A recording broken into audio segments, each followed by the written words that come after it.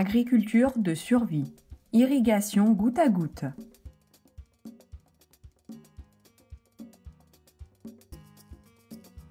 Cette vidéo explique comment faire pousser des légumes pendant la saison sèche à l'aide d'un simple système d'irrigation goutte à goutte. Ce système peut vous aider à nourrir votre famille. Il peut même vous fournir des légumes supplémentaires à vendre pour un revenu à votre famille. En premier, vous devrez construire des plates-bandes. S'il vous plaît, regardez notre animation sur les plates-bandes surélevées pour apprendre à construire des plates-bandes surélevées en vue de l'installation du système goutte à goutte. Vos pentes ne seront probablement pas aussi raides que les pentes illustrées ici. Ils sont plus susceptibles de ressembler à ceci. Placez 2 lignes d'irrigation goutte à goutte sur chaque lit de plantation surélevé d'1 mètre de large. Assurez-vous que les orifices d'égouttement des conduits d'irrigation sont tournés vers le haut. Cela garantira que chaque plante reçoive la même quantité d'eau. Assurez-vous de placer les lignes d'égouttement à 7 ou 8 pouces ou 18 à 20 cm du bord du lit de plantation. Fixez les lignes d'égouttement en place à l'aide d'agrafes métalliques, de bâtons fourchus ou d'autres matériaux dont vous disposez. Attention de ne pas percer un trou dans les lignes d'égouttement. Ensuite, faites un support pour le récipient qui retiendra l'eau. Le seau ou tout autre récipient doit contenir au moins 20 litres d'eau. Le fond du récipient doit être à 1 mètre au-dessus du lit de plantation. Si vous utilisez un seau ou un tonneau plus grand pour arroser plusieurs plates-bandes, augmentez légèrement le support pour fournir plus de pression d'eau. Connectez les lignes d'égouttement au récipient. Brûlez, coupez ou percez un trou au fond du godet pour correspondre à la taille du connecteur. Fixez le connecteur au seau. Insérez les lignes d'alimentation dans le raccord. Une fois les connexions effectuées, assurez-vous que le seau est fixé à son support avec une entretoise en bois, une corde, une ficelle ou un fil. Utilisez ce que vous avez. Ensuite, connectez les lignes d'alimentation aux lignes d'égouttement. Un connecteur spécial est nécessaire pour établir la connexion. Coupez un morceau de 2,5 cm à l'autre extrémité de la ligne d'égouttement. Ce manchon sera utilisé à l'étape suivante. Pliez 2,5 cm de l'extrémité de la ligne d'égouttement sur elle-même 2 fois.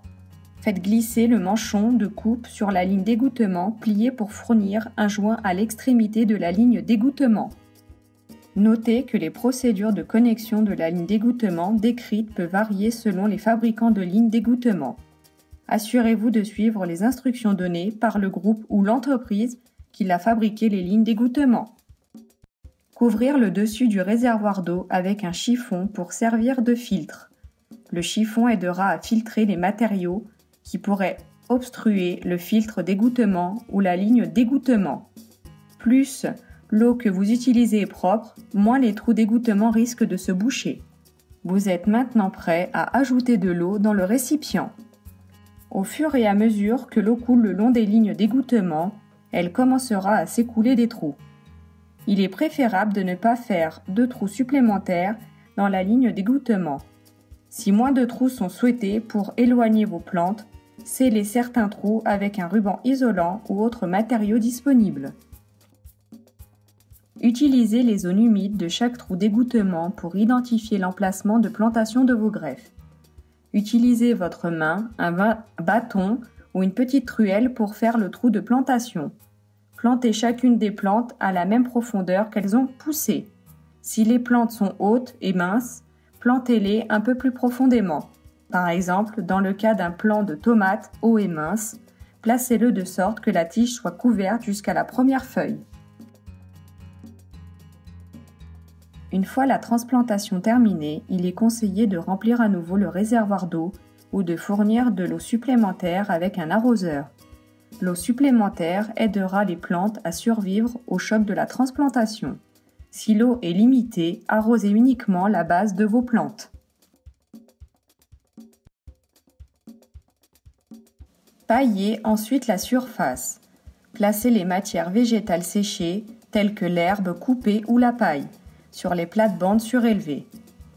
Le paillis ralentira la perte d'humidité du sol, abaissera la température du sol et réduira la croissance des mauvaises herbes.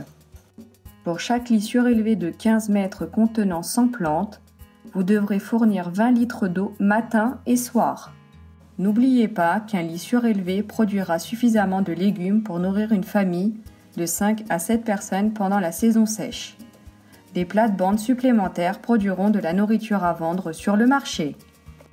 Avec l'irrigation goutte à goutte et le paillage, 3 gallons d'eau peuvent entraîner la production du kilo de légumes, ou 25 litres d'eau peut produire jusqu'à 1 kg de légumes.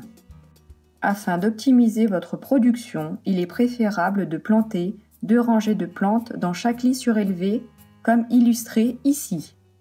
Avec l'irrigation goutte à goutte, chaque goutte d'eau peut profiter aux plantes. Même pendant la saison sèche, votre jardin restera productif. Avec l'utilisation de matériaux de compost, de plates-bandes surélevées et d'irrigation au goutte à goutte, vous améliorerez le niveau de nutriments du sol, laisserez plus d'air et d'humidité pénétrer dans le sol et augmenterez la production de légumes.